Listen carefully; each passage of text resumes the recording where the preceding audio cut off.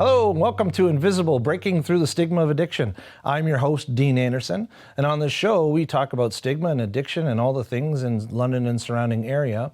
One of the most important parts of that, and seems to be a big topic of conversation, is that around some of the holes in services and gaps and how we can help provide better for those that are suffering with addiction. So today, no better fit than having on the Executive Director of the Salvation Army Center of Hope, John Diaktis. John, welcome to the show. Thanks, Dean. Good to be here with you again. Wonderful, yeah. Good to see you. It's wonderful to see you. I don't know if, I'm just going to give a quick background, but you've been working in the mental health and addiction industry for 40-ish years. Wow, 40 years and going strong, right? Well, I don't know about that, but still going.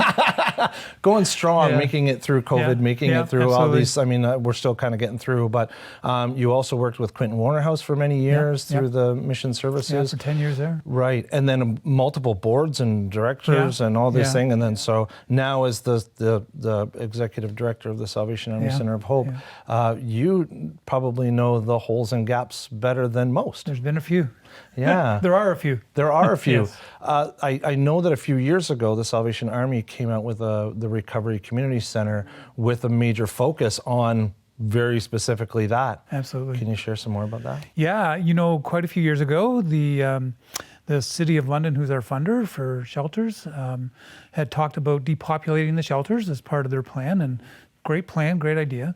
But at that time, I wasn't part of the Center of Hope, of course, but they decided they were going to start taking a look at opportunities and what else can we do. And from that, after a lot of hard work, they came up with this Recovery Community Center. You know, it's the only one that we're aware of, certainly in Canada, but certainly the only one, the Salvation Army in Canada. There's a couple in the States that they visited, one in Philadelphia, one in Detroit, to kind of get a sense, is this something we want to do? And recognizing this was a thing that could really fill a gap that is certainly in our community, but I think in the community across Ontario, to be honest with you. Mm-hmm. That's awesome. Yeah. Who is this service geared towards? Is there a specific demographic that you're helping? So it's open provincially, just as treatment centers are, and it's really about those who are focused on their recovery from addiction and whatever the addiction may be.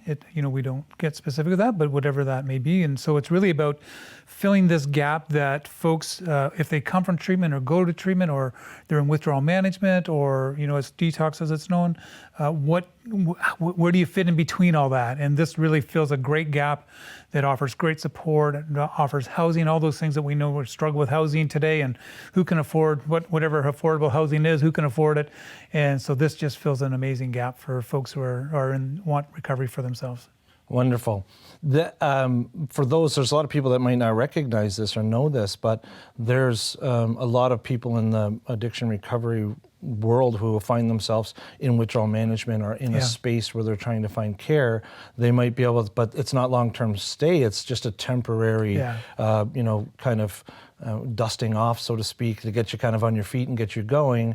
But then after that, a lot of people are sent right back into, sent right back into the same environment. Street, whatever it may be. The street or, a household filled with substance use or whatever it may be. A lot of places where triggers are rampant. Right. So one of those gaps was people coming out of the withdrawal management and then going right back into that environment, and then of course not having any success there. So this is where the Recovery Community Center can help a lot of people in that regard. Yeah. So folks can go into recovery community, and you don't have to come from withdrawal management. You can, many other ways to access the program, but those who are in withdrawal management can certainly apply. Right across the hall is a staff from the Recovery Community Center, right? So they can wander across, they can come and do the interviews, they can do whatever it takes to get somebody into the program if they're appropriate.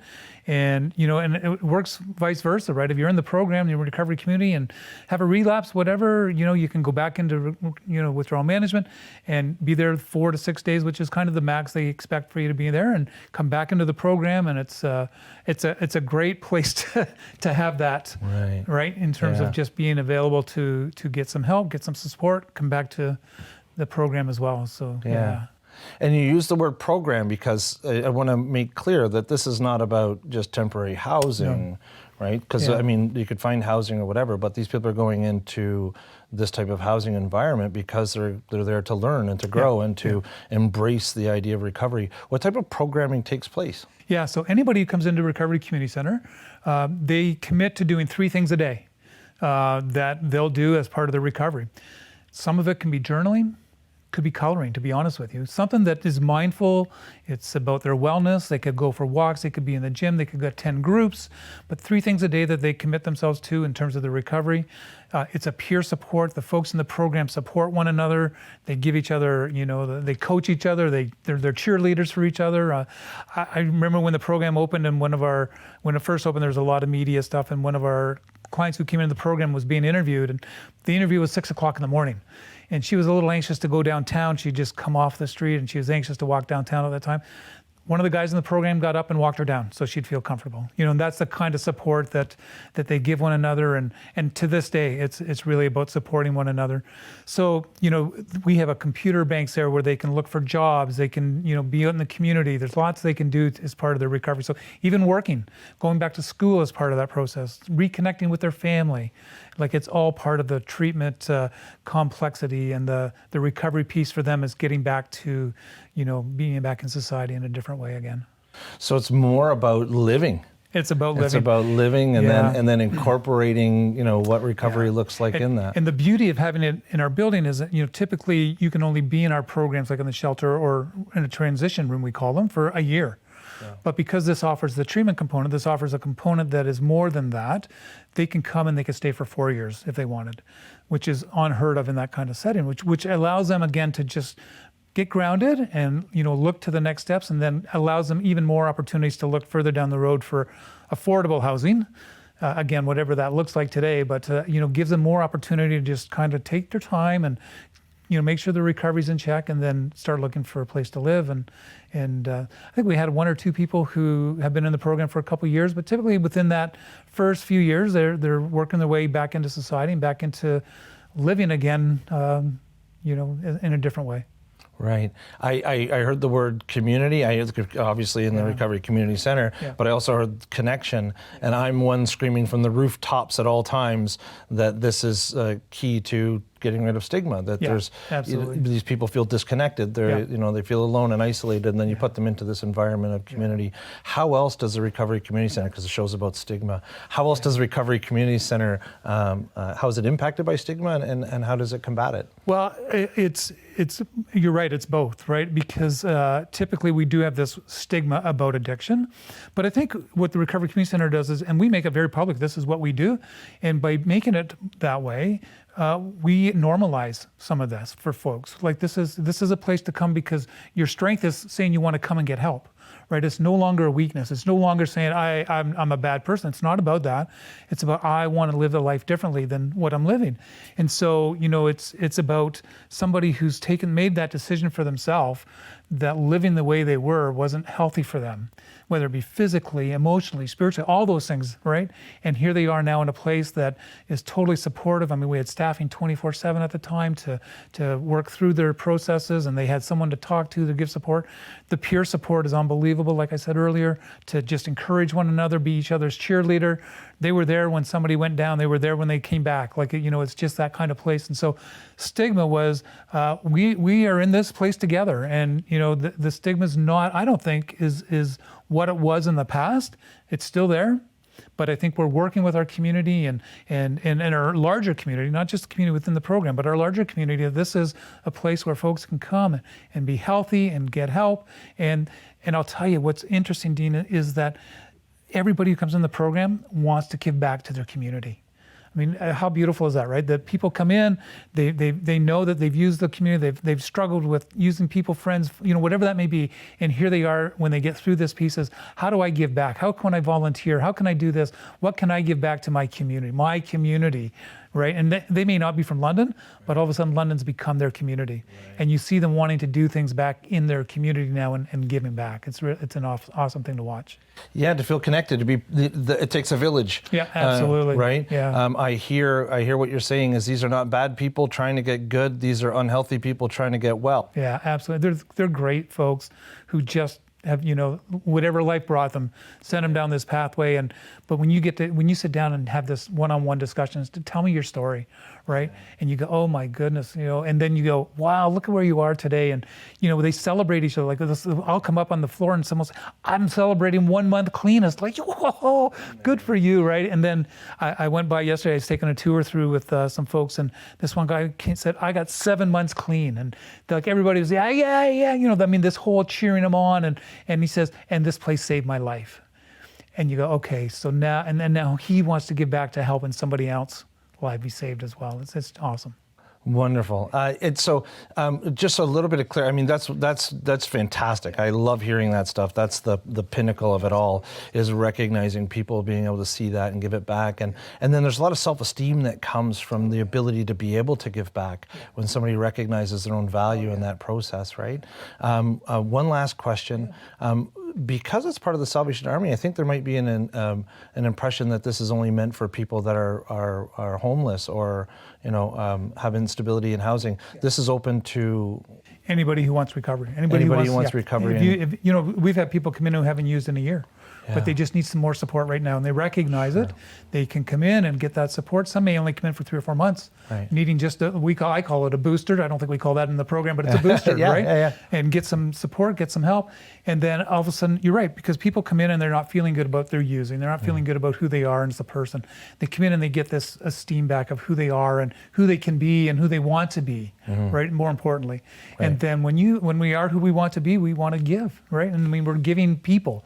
And so we want to give back, and that's what we see. We see this kind of change of people, and this metamorphosis happen in some people's kind of like the cocoon to the butterfly, right? And it's amazing to watch. Yeah. John, you're glowing. I could talk about this all day, Dean. It's fantastic. You're literally, I love it. It gives me goosebumps. It's fantastic. We're going to end it with that high note and wonderful. Awesome. I appreciate you being on the show. I appreciate everything that you do in the community and all the hard work. Thanks. I know that you're part of the Community for Recovery breakfast as well, which we'll put on the bottom of the screen for people to see and get more information about that. I'm sorry we didn't get a chance to talk about it today, but I applaud you and the work that you do in the Salvation Army and Center of Hope, and thank you so much for being here today. Thanks for having me. It's good to see you. Awesome. We're going to be right back after these messages.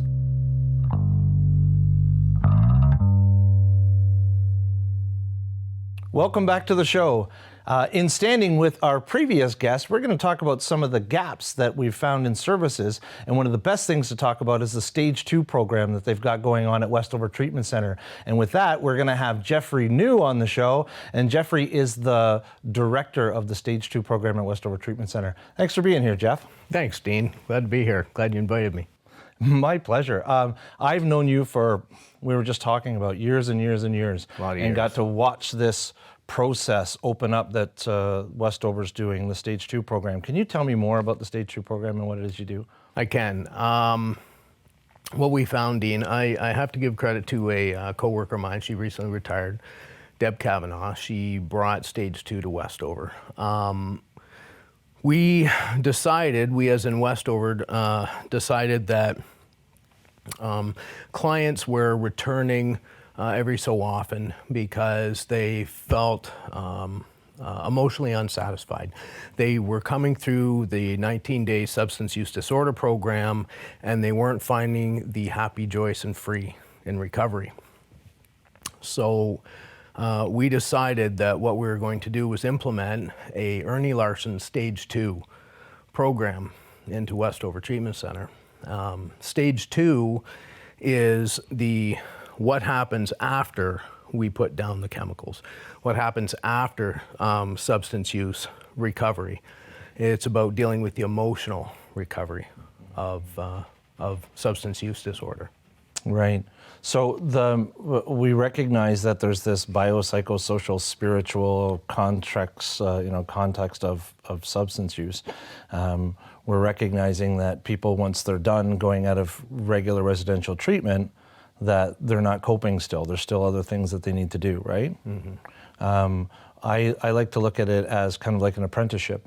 You go in and you get some education and you do something in an apprenticeship, but if you don't take that education and apply it in the real world, you're not going to really learn the skills. You're not going to be able to apply that in any way, right?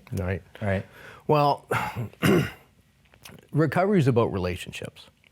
Recovery is all about relationships. And I've been around for a number of years, and I've heard a lot of clients and people in recovery. A common theme that people tend to share is, I always felt kind of different. I never felt the same as other people. I never felt comfortable in my own skin. And so what happens is they develop coping skills for those feelings, you know, and usually they're not great coping skills.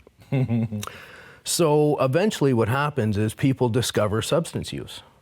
And the substance use begins to change the way how they think and feel. It begins to change how they behave. And a lot of people enjoy that change, you know. Sometimes they feel that they're better dancers when they've had some substance or better looking after they've had some substance. Yeah. And so it changes their relationships.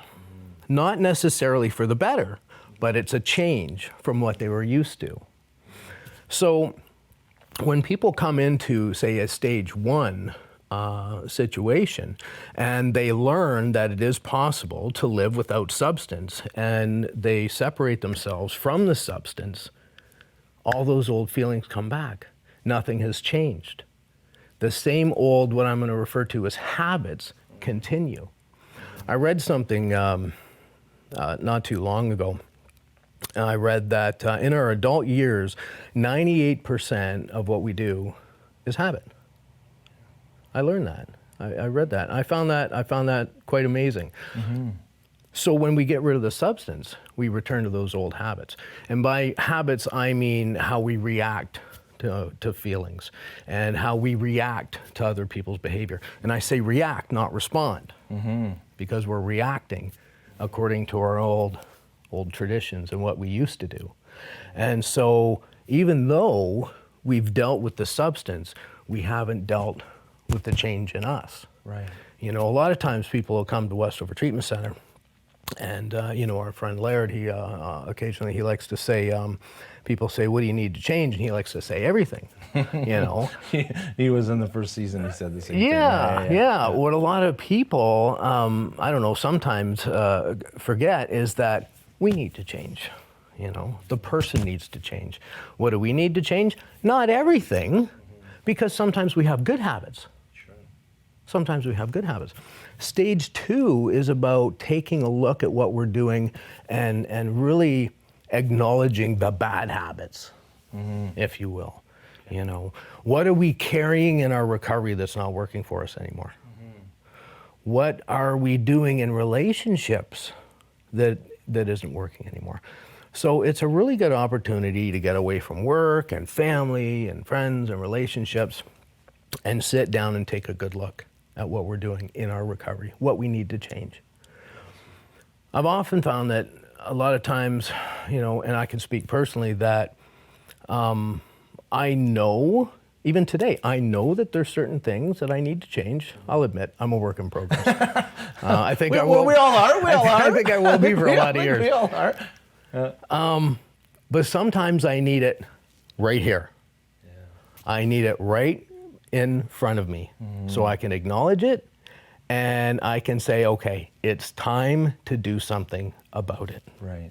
You know, and that's, I think, what a lot of times people lose when they don't recognize the need for stage 2. You know, it is an Ernie Larson philosophy, stage 2. He breaks it down into stage 1, the foundation, deal with substance, and then stage 2, deal with the emotional recovery.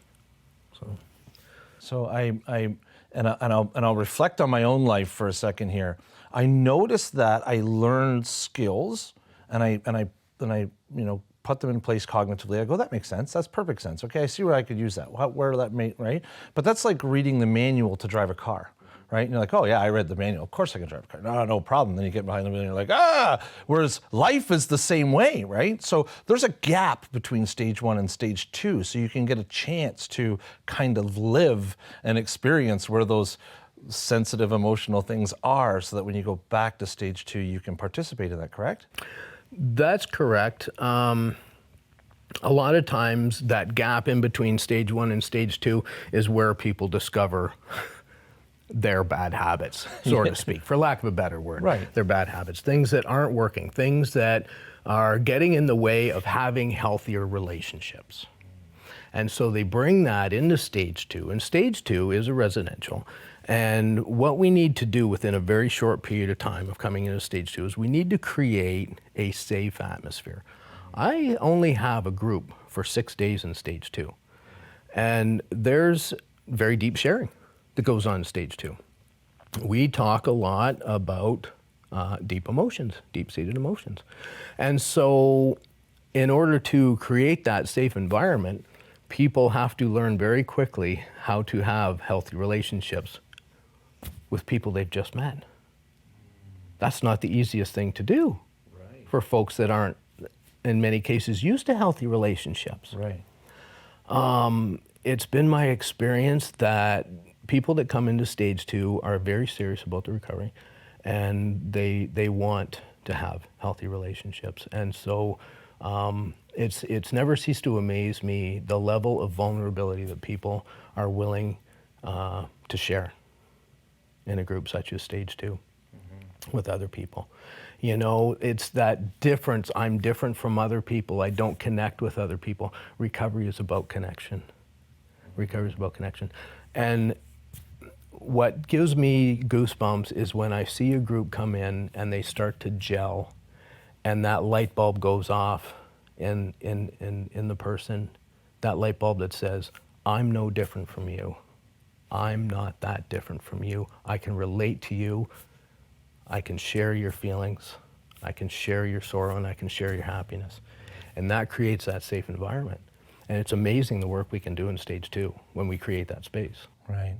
So there's an instant rapport that's built amongst other people because of, and I got to plug stigma reduction, because of this, right? I mean, when people walk in, all of a sudden they're like, okay, I'm not being judged, and I'm not being stigmatized, and these people are like me, and all of a sudden they feel safe in that environment. Is that correct? Exactly. That's awesome. It's really super important to see that there's more levels and layers to it, because I believe that the misnomer in society is that you just stop using, right? And it's just about not, right? Whereas I keep hearing vulnerability, stigma reduction, relationships, emotional coping, all of these things, right? Relationships. We talk about it in another episode where we talk about family, but I don't think we really look at how important it is for relationships in the actual growth of the individual. Because I could go lock myself in my basement, which I once did, and where am I going, right? Where's life going? And I'm not growing, I'm not learning, and nothing's happening, because then, you know, most of my coping is attached to said relationships, right? So this is what the Stage 2 program is helping to amplify in their people, right? It is. It once again, it gives people an opportunity to look at what they're carrying into their recovery. I know this is going to sound kind of funny. I often share, and I describe it this way to my clients. We talk about feelings a lot in Stage 2, as you can well imagine. I always give people a nice Jeffrey anatomy lesson. Emotional anatomy lesson.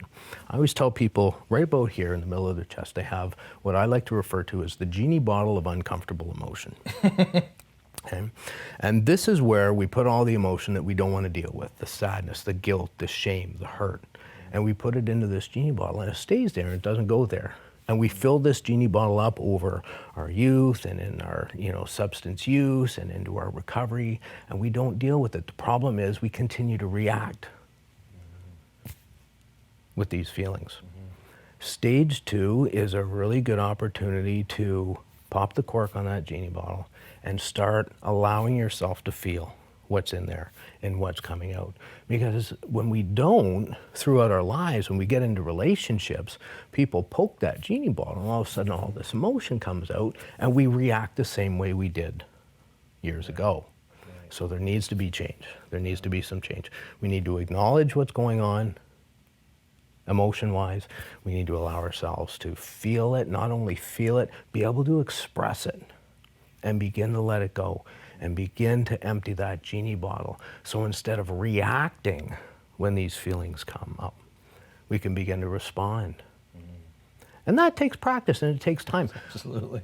But if you don't know, you don't know. If you don't recognize it, you don't recognize it. There's the old saying, Dean, what we live, we learn. What we learn, we practice. What we practice, we become. The problem is what we become has consequences. Absolutely. And if we don't change them, then our relationships will continue to be the same over and over again. And these ones are potentially fatal, dangerous. There's a lot of different consequences that are different than your everyday, I just don't, not getting along with my wife consequences. So that's awesome, Jeff. I'm feeling everything you're hearing. One of the things that really sticks out with me is I heard someone once say that we are emotional people that don't like emotions. So there's this constant inside, right? So I picture the Genie bottle, and I recognize that we have to learn to have this coexistent relationship with them. In order to do them, we have to recognize them and see them and understand them and move forward and with them. And this is what Stage 2 is doing, and it's such a valuable resource because it is one of the gaps. People go in, they go through treatment, they can do whatever, they go back to their life, but if they're not living a healthy and emotional way, then they're going to end up back in the same place. So awesome. Thank you so much for being on the show, Jeff. Thanks for it. having It's me, always Dean. awesome to see you, right? Thank you. We'll be right back after this break.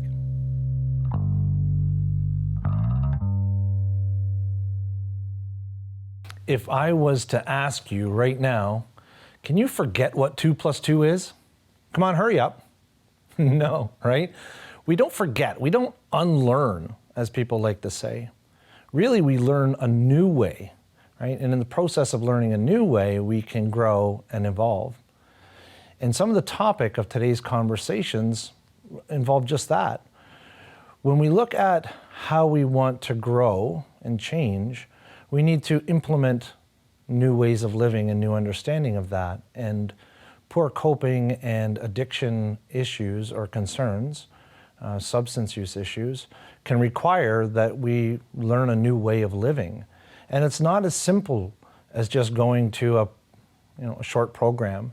And if anyone would think about what you went to school for, and imagine that if you went to school and then you didn't do that work, or work in that field after being employed in that field, how long would it take for you to forget what it is that you had learned?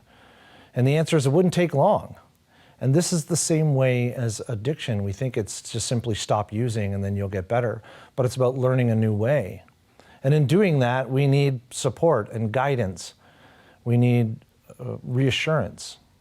We need to be re-educated and touch base on those things that we had learned again, and in the way that's relevant to our lives.